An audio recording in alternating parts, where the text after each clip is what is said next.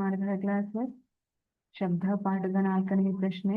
ಶಬ್ದ ತರಂಗಗಳು ಡ್ಯಾಶ್ ತರಂಗಗಳಿಗೆ ಉದಾಹರಣೆಯಾಗಿವೆ. ಶಬ್ದ ತರಂಗಗಳು ನಿಮಗೆ ಗೊತ್ತು, ಶಬ್ದವು ಕಂಪಿಸುವಿಕೆಯಿಂದ ಉಂಟಾಗ್ತದೆ. ಹಾಗಿದ್ರೆ ಇಲ್ಲಿ ಶಬ್ದ ತರಂಗಗಳೇನಿರ್ತವೆ ಅವು ಯಾವ ರೀತಿಯ ತರಂಗಗಳು? ತರಂಗಗಳಲ್ಲಿ ನಾವು ಅಡ್ಡ ತರಂಗ ಮತ್ತೆ ನೀಳ ತರಂಗ ಅಂತ ಹೇಳ್ತೀವಿ. ಅಡ್ಡ ತರಂಗದಲ್ಲಿ ಏನಿರುತ್ತೆ?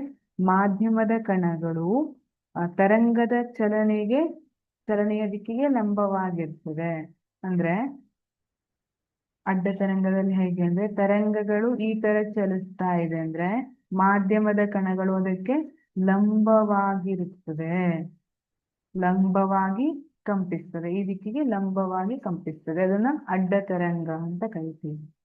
ನೀಳ ತರಂಗ ಅಂದ್ರೆ ಏನು? ನೀಳ ತರಂಗದಲ್ಲಿ ಮಾಧ್ಯಮದ ತರಂಗ ಚಲಿಸುವ ದಿಕ್ಕಿನಲ್ಲೇ ಮಾಧ್ಯಮದ ಕಣಗಳು ಕಂಪಿಸ್ತವೆ.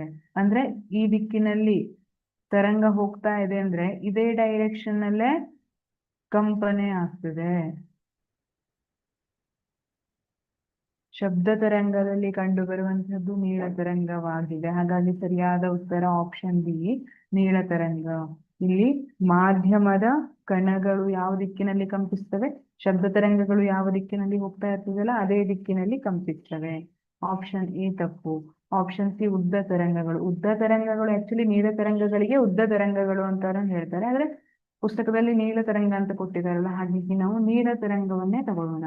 ಆಪ್ಷನ್ ಡಿ ಸಿಸ್ಮಿಕ್ ತರಂಗಗಳು. ಸಿಸ್ಮಿಕ್ ತರಂಗಗಳು ಅಂದ್ರೆ ಭೂಕಂಪದ ಸಮಯದಲ್ಲಿ ಭೂಮಿಯ ಒಳಗಡೆ ಮತ್ತೆ ಭೂಮಿಯ ಮೇಲ್ಮೈನಲ್ಲಿ ಉಂಟಾಗುವಂತಹ ತರಂಗಗಳನ್ನ ಸಿಸ್ಮಿಕ್ ತರಂಗಗಳು ಅಂತ ಕರಿತೀವಿ. ಹಾಗಾಗಿ ಆಪ್ಷನ್ ಬಿ ನೀಳ ತರಂಗ ಸರಿಯಾದ ಉತ್ತರ.